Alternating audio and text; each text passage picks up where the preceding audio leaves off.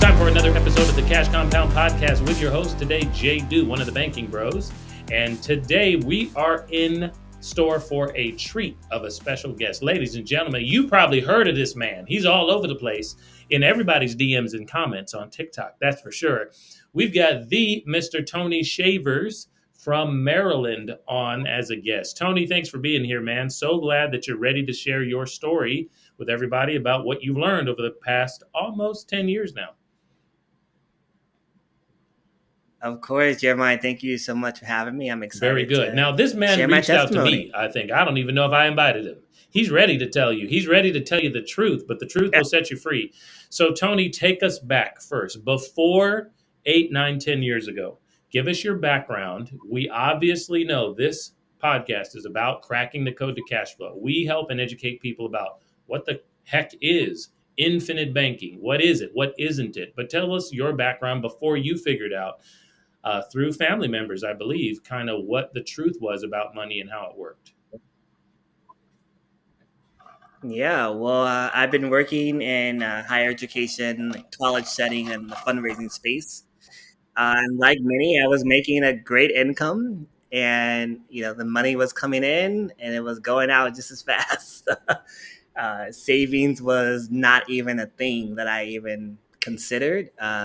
Or really maximizing the potential of my savings really at like 22 years old. And, I had a little bit of financial sense, just the basic common knowledge of just, you have a checking account, you have a savings account, right? And, you put money in your savings account and you can go pull it out whenever you want to out of your own, your personal bank. And so, really I sat down. My aunt actually pulled me to the side and was like, she's in the financial arena as well.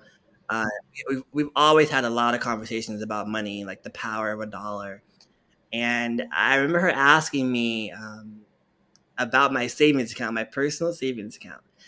And like I said, I was making good money, but I couldn't compute. Like I wanted to have a good time. I wanted to go out to the bars. I wanted to go out to the restaurants. I wanted to enjoy my money. Every single dollar that I was bringing in, I felt that I needed to spend it. Even so much so, I felt that at one point, I had this naive thought that, okay, I get paid every 2 weeks. And when I get my check, I'm supposed to spend it all because then I'll get paid in another 2 weeks. And that was like my mindset for a little bit of time until my aunt kind of sat me down. And we'll get into this in a second here. But, her willingness to say, slow down and let's kind of reroute this and change this whole dynamic about how your relationship with money was a game changer for me. You mentioned your 22. Aunt right now. So I got a few aunties in my life as well, ready to paddle me back in the 80s and the 90s when I was going buck wild out here. Apparently you were just starting to go buck wild. And this man's actual goal, it was crazy. I'm about to write this down somewhere, to spend every single dollar. What is this? Tony, that's the dumbest thing I ever heard in my life. Okay.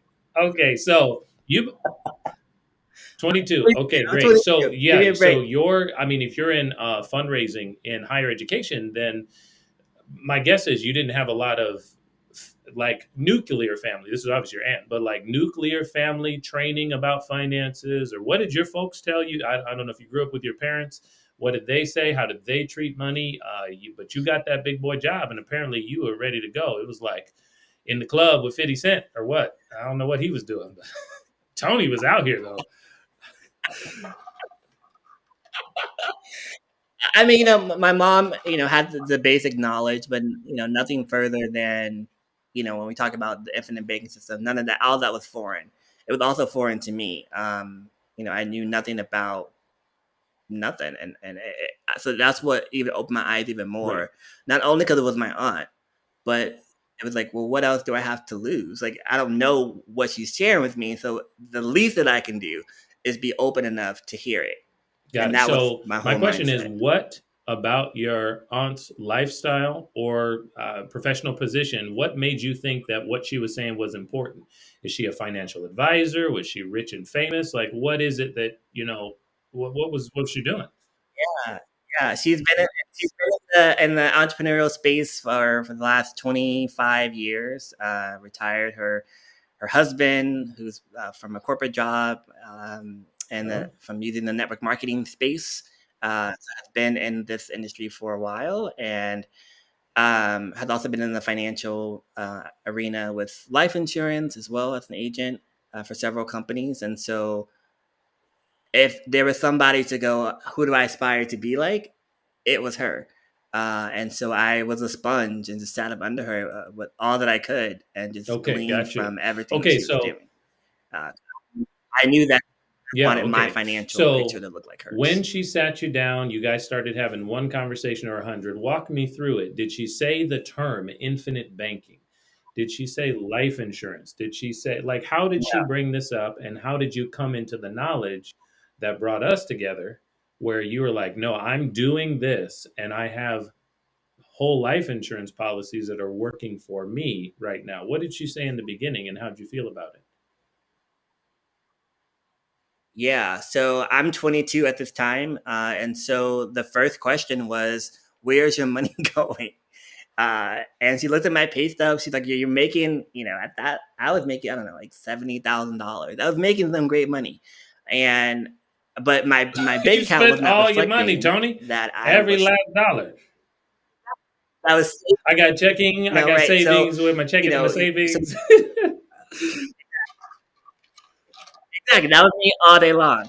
And it got to the point she was like, where's all this money that you're showing me that you make? And I was like, well, I gave it to the restaurants, I gave it to the bars. Aren't I supposed to be spending it every 2 weeks when I get the check? And she said, okay, no, we're not gonna do this. And she said, she asked me what was my goal by 30. And at that time, 30 seemed so far away. Like 30, come on, like I'm only 22. I'll be 30 in 2 months. So just to show you how time flies. And so we did this whole like income based spreadsheet and listed out all my expenses. After all my bills are paid, it came out to where it was like $900 a month or so that I was able to like save, right? And she's like, "Well, where is this money at?" And I was like, "Well, not in my savings account." And so at that point, she's like, "Okay, no, I cannot let you continue down the." And from there, she said, "I want to share something with you. Are you open?" And she went out of aunt mode and went into just like, "Are you open to receiving the information?" And she didn't go into anything else about how to make your money work for you and position yourself for the goals that you have. And I said, yes. And after I listed out what my goals were, one of them was to buy a home by 30. She said, if I can show you how to do that and a roadmap to help you position yourself for that time period at 30 years old, are you open to hearing the information? Not open to getting started, not ready to pull out your bank accounts. Are you open for the information? And I said yes. And then that's when she introduced me to this term called infinite banking and whole life insurance. And initially, everything was like, "What do you mean?" Like, "Oh, I know about insurance, and I know about, you need it for when you die." That's all that I knew. I had no idea that there was a living component to this. It even intrigued me even more to go, okay, Yeah, well, now you I bring up want a to learn a good little bit more. point because your aunt, who had rapport with you, obviously, for several different reasons, but she asked you if you were open. I think there's a lesson right there. Message, right? There's something for people to hear right there. Because when I first saw this information, I was gangbusters on a few of my boys, and a few of my family members. Look, you got to see this. This is what we're doing. This is what we have to do. Look at these numbers, charts and graphs and stocks and bonds, and let's go to the moon, right? And that wasn't the approach that she took with you, but you were open to receiving it. I think there's something for all of us to hear there that he who has ears to hear, let him hear. So now, Yeah. what was the path and the timeline to actually getting started with this idea of getting yourself life insurance. I'm not sure if you had a family at this time. So did you realize, or when did you realize, hey, there are living benefits, as some may call it, to having whole life insurance that don't have anything to do with taking care of family members or charities or churches or whatever after you're dead? Why would you buy whole life insurance as a potentially single dude, I guess, in your mid 20s? Yeah, so for me, I had heard about the GoFundmes and the barbecue dinner plates, for funeral expenses, and I knew that I didn't want that for me. So when my time came, I didn't want my mom having to figure out, well, how I'm going to pay for funeral expenses and Right. grieve and do everything else I need to do, right? And so that was like actually the most important thing that I saw first. When initially the term of Right. insurance and life insurance came to play. So I said, if anything, I want to make sure that I protect, and make sure that my mom wants to take off for Yeah. 10 years to grieve, that she can do that, right? Um, when my time comes, because at Oh. the end of the day, Oh yeah. everybody's got to die. We all got to die.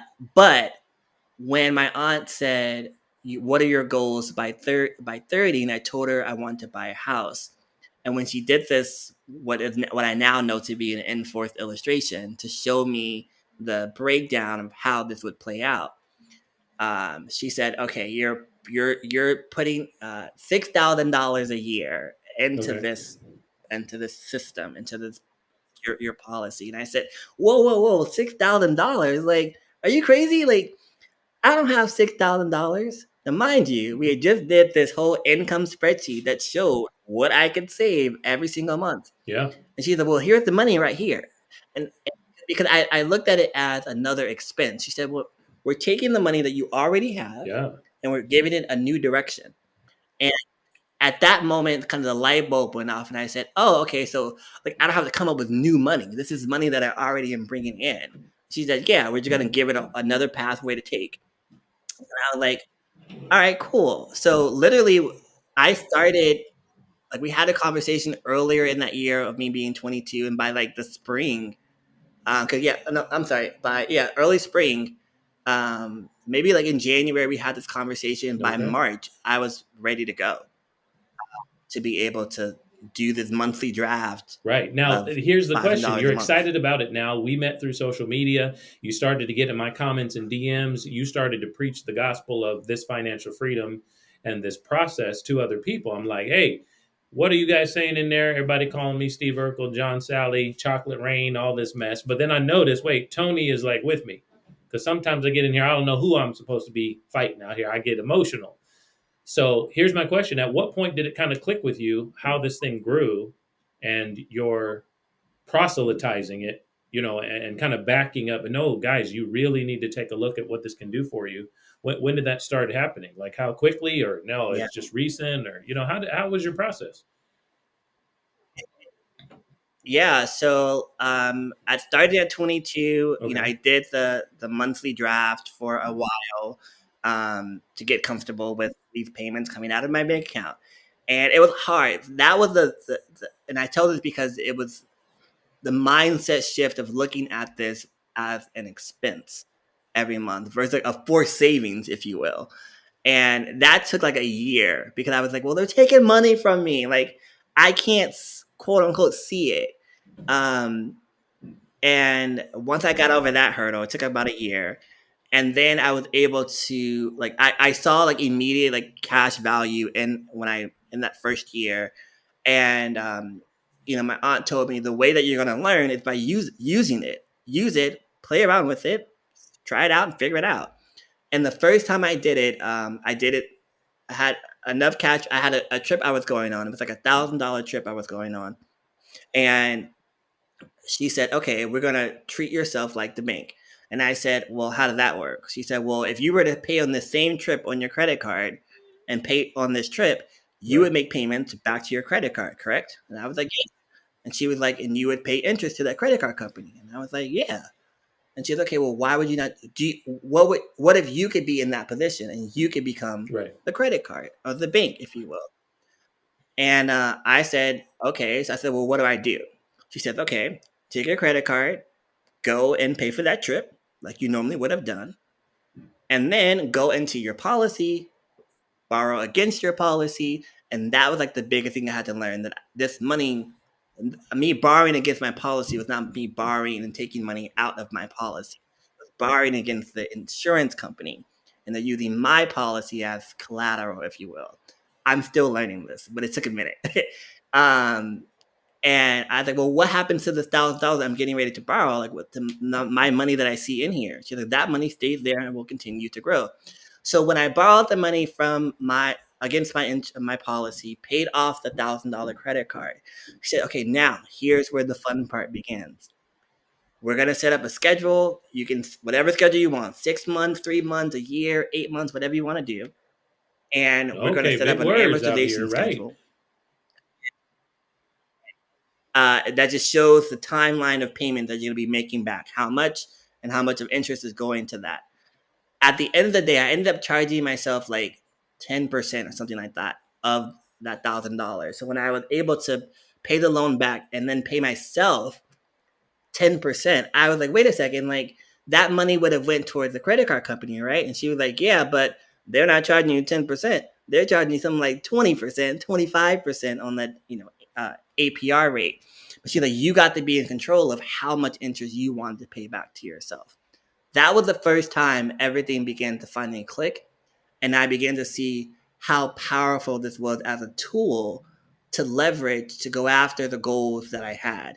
And I said, well, as I continue to put more money into this thing, it's going to grow, right? And she was like, yeah. And based on the illustration schedule, I saw that every single year, this thing was growing.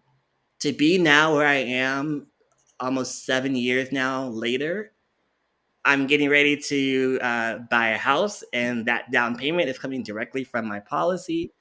And I said, wow, like, so I'm just a huge component of it, because I know for me at 22, had I not been introduced to this, the Tony today would not even exist. I would have been spending my paychecks. I've earned significantly more money since 22 years old. And I would have still been on that same mentality of, okay, I get paid every 2 weeks.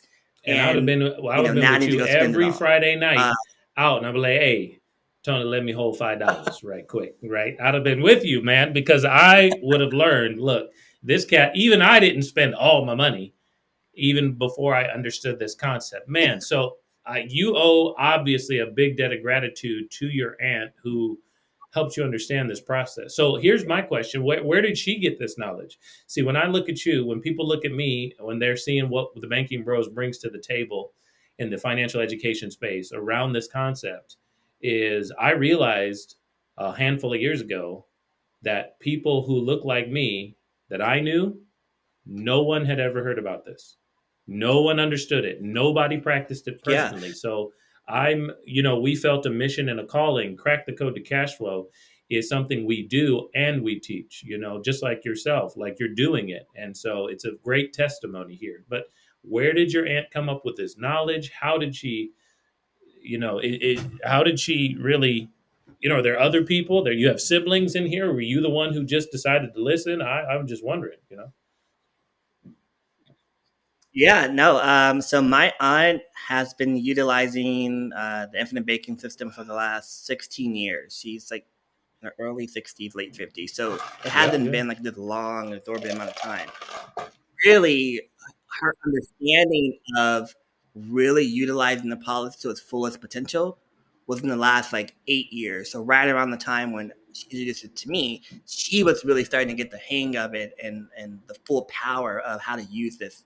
And now she does everything through her banking system, all her bills, everything she finances or whatever comes out of this policy. And it's just been a blessing watching her teaching me, and then as I'm learning, getting understanding, it's just fueling her even more to go, okay, like he's starting to get it, and I see the fruits of my labor starting to harvest. So yeah, she was introduced by a friend of hers, and then I've been the only one in my family per se who has started this journey Well, with the infinite banking system, and then okay, most very good. I was recently going to ask introduced my about your fiance family. to it. Congratulations. It sounds like wedding bells are in the future, man. So How does your legacy, your family line, and your future change because you started this policy? In most people's cases, you're starting it young, you're starting it early. Obviously, you're a young adult, right? It wasn't started for you as a child, but you started it at the cusp of learning how to be a man and how to be an adult. So, what happens over the course of the next 50, 60, 70, and a couple generations? Oh, I mean, life will forever look different now. I have a nephew that's will be born next month, and so my mom and I are talking about getting a policy on him. My brother's son that's going to be born. My two younger brothers, they both have policy that my mom started with them. My mom has one. So literally, like I think moving forward, we can only go up from here. Like there's no turning back, and even now to see my fiance who just started about his second year now, and we're utilizing his policy to fund our wedding. And so talk about just having Right? the funds to be able to do things we want to do. I think, and he's like, well, can I open up another one? Can I like put more money into the thing? And I was like, yeah, you can open as many as you want. Like, just go ahead and do it. So he's starting to see, and I'm helping him, understand how to use it, starting that's small, and then working up to bigger, financing things to do with your policy. But there's so much. I haven't even hit the cusp of what you can, the power of this. I've done a little bit, but I know as I move forward and as my policy begins to build even more over the years, there, Now, do you there's still have one only up from policy, here. and what are some of the other things that you've been able to do since that first big trip? Have you been using it for some other significant things? I have.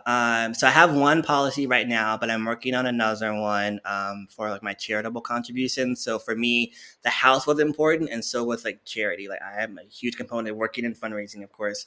I love to give back, and I realized maybe about 3 years in, I was like, wait a second, I could actually do another one for just charitable giving purposes. Like I'm going to give the same two, three, $4,000 away a year to an organization. I can do the exact thing I'm doing with my policy and recapture those same funds all over again. And so I'm getting ready to start that soon. But from another standpoint of how I use my policy, well, in college, I racked up some credit card It debt, sounds as a like it lot of based on college how you students were at do. 22. Uh, So, you know, so racked up some several $1,000s. I won't lie to you. And I had a consolidation loan with a bank, and that consolidation loan was like 16 or 18%, something crazy. And I've been paying on that loan for like it was like a I don't know 8 or 9 year loan. I was year 5 in, and I was like, why am I still paying so much money? This is ridiculous. And I looked at my statement, I looked and I did the amortization schedule, and I was like, wait a second, like during in my journey of in my whole life journey, I was paying off this other debt to the bank, to the consolidation loan, because I hadn't built enough cash value yet based on what I was putting into my policy every year. Because there were some years that I stopped doing the uh, the extra okay, money right, into right, my savings portion. Uh, so, I was like, well, let me just, because I was like, I can stop. I don't have to do the extra payments. I have to do what's right. contractually required of me. Okay. And that was $3,000 a year. The other 3,000, there were some years where I didn't do it. And what I realized how stupid that was of me to not do that, because I saw Right, right, how I wasn't in position. Because when I was paying back this loan to the bank for my consolidation loan, I was like, oh, well, I don't have enough money in my policy to be able to recapture that loan and take over the loan. I would have had I followed the instructions that I gave me. But I was rebellious at like 25. I can do it on my own. I can figure it out. And no. But long story short, just recently, maybe about a year and a half ago, I was able to, about 2 years ago, recapture and pay off that consolidation loan, um, which was one of the most incredible experiences of my life to be able to call the bank, tell them, yes, go ahead and draft these several $1,000s out of my account. I'm done with you guys. And then be disciplined. And I say that word with a more emphasis I could have imagined, with discipline, with the financial discipline to then go, okay, these payments that I was making to that consolidation loan don't just go away. Now I have to pay them back into my policy, and so I was a steward of that and did that diligently, to where now I'm done, and all that interest of like it was like $3,000 or $4,000 of interest Love alone it, man. Yeah, I was that's how able we to got recapture introduced that. to this idea as well. Being an honest banker, right?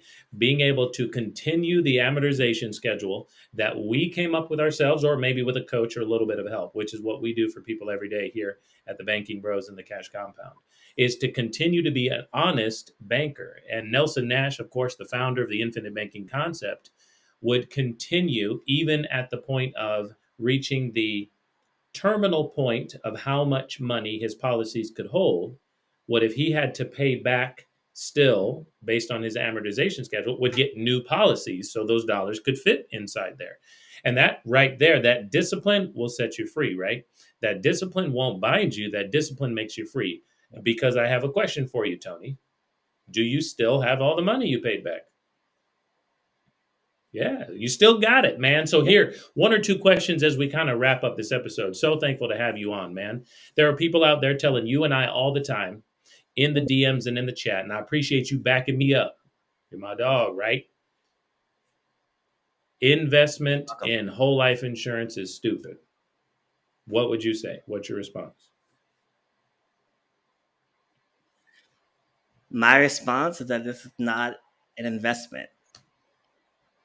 This is a tool, like anything else, to be able to leverage to go after the investment opportunity that you would like to pursue. Is what I would personally say, and I get it that this information is foreign to a lot of people. It's foreign to me too, but again, it goes back to being open. And if you close yourself out from even being attentive to hear anything, then you'll fall back into the, oh, it's an investment and everything else, or it's a scam. I've heard all that. Even though I'm not an insurance agent, I've heard it all. And in my own personal journey, I can attest to the fact that Love to hear it's it, man. neither of those Appreciate that. things. Two more thoughts and questions for you. The next one would be this is, hey, you should just buy term and invest the difference. You'll have more money anyway. What's your response? I've had this happen with some people I've tried to tell this with, and I've gotten that same response. And my response is, okay, if you were even going to do that, majority of Sure. people aren't. So it's just a fancy phrase to go, oh yeah, just buy a term, invest the difference. Well, majority of people aren't even going to do that. So then what do you do? So you buy term and then you go spend the rest of your money somewhere else. Like most people are going to do that. So I was like, I think there's a place for term policy when it makes sense. Um, but I've come to see that um, in some of the conversations I've had with like my aunt about really understanding the differences between the two and how they both work. I think again it makes sense for when that time comes, but I think whole life protecting your whole life should be the number one focus, and not putting a term on your life. Basically, is Last what you're doing. question and thought coming from Mr. Tony Shavers, ladies and gentlemen. Appreciate you being on our podcast here at the Cash Compound. Do you or does your aunt need a job?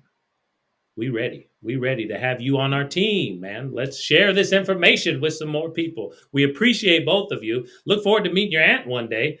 Forget you. Forget you. She been in the game longer than me. I I'm know. gonna talk to her. Why are you on my podcast? I'll connect you guys via email. I surely will do that. I'm Oh sorry. yeah. Do The you need a question was, do job, man? We you? need you out here preaching the gospel of financial freedom to folks, man. Who knows? My fiance, I talk to him about this like every single. And I'm like, hey, babe, did you know we can do this with our policy? Do you know about these dividends? Like, I was like, here, let me show you. Like, babe, I'm paying $6,000 a year, but my policy is growing by another $400. Like, without me having to do anything. And over the years, it's going to grow from $300 to another $1,000. To I looked at my Air Force illustration today, and like by throw it out there, 60 years old. Like literally the dividend that we're paying out of my policy was like $15,000 with like the difference. And Right. I'm only putting in $6,000, but I'm being $15,000 on top of that. So I was like, I was sharing with him the news. He was like, you would think, as passionate as you are about this, because I am, because I've utilized it for myself and I've seen the power of it. And if I've done this much on this small scale, I just know there's no limit what I can do moving forward. So who knows? Maybe I'll come join the Baking Bros at some point. Okay. Love it, We'll man. That's see. all. I'm just put Just and extending out that friendly arms reach for you so you can grab on and hold on to something. We're going big places. We appreciate you backing us up and being so involved on our social channels, following, watching, and trying to tell people what's what. And one word of caution to you as we move on, man. yeah, This is the only knowledge I can give you. You've been in the game almost, I guess, as long as I have been doing it myself when I first learned this information. You got to be careful. That fiance of yours might be trying to marry you for this money. That's all I got to say. All right, ladies and gentlemen, appreciate it. Mr. Tony Shavers, appreciate you being on, man. Thank you. I appreciate your follows and sharing this information with